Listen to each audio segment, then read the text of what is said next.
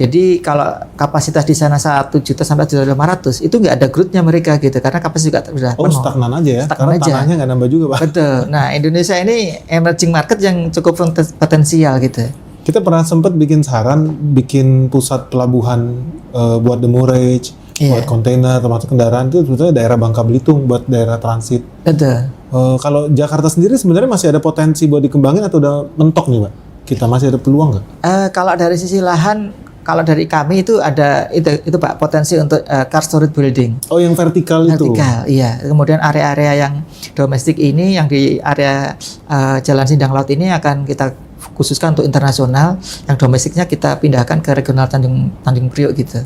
Nah kemudian dari akses jalannya ini yang mungkin perlu kita pikirin juga sih. Akses jalannya ini kan memang kalau di masa-masa libur bersama, kemudian ada truk yang atur supaya nggak keluar. Nah ini pada saat dibuka gitu ya, itu kan jadi satu gitu. Itu perlu ada pengaturan tersendiri sih, tantangannya di situ sih. Wah ini udah lintas kementerian Pak, Bapak udah ngomongin Kementerian Perhubungan juga ya. Iya. Oh iya, ini kompleks juga ya? Ya, tapi dari sisi kita, Indonesia khususnya, ini menarik karena kalau kita bisa menciptakan Indonesia menjadi basic industri untuk otomotif, itu akan membawa devisa lebih besar lagi, mendorong pertumbuhan ekonomi. Karena kalau untuk menjadi negara maju, nggak mau harus punya manufacturing industry.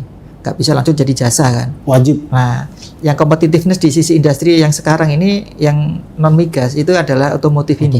Inilah cara kita membuat industri otomotif kita lebih maju lagi, yang ujung-ujungnya manufacturing dan GDP 8% itu kita bisa achieve. Betul. Makanya kan sekarang manufacturingnya kan sudah mulai banyak tuh dari China itu.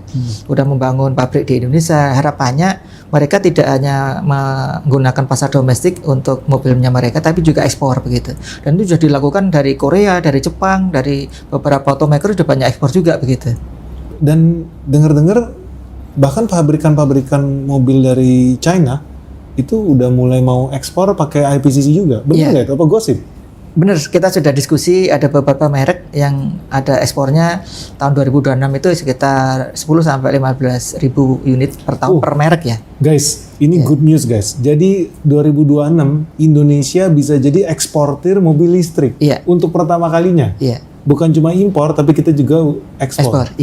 Buset. Jadi, tapi makanya ya, pelabuhan itu penting karena itu tulang punggung ekonomi. Karena orang nggak bakal mau buka pabrik kalau nggak bisa dikirim ke luar negeri. Betul.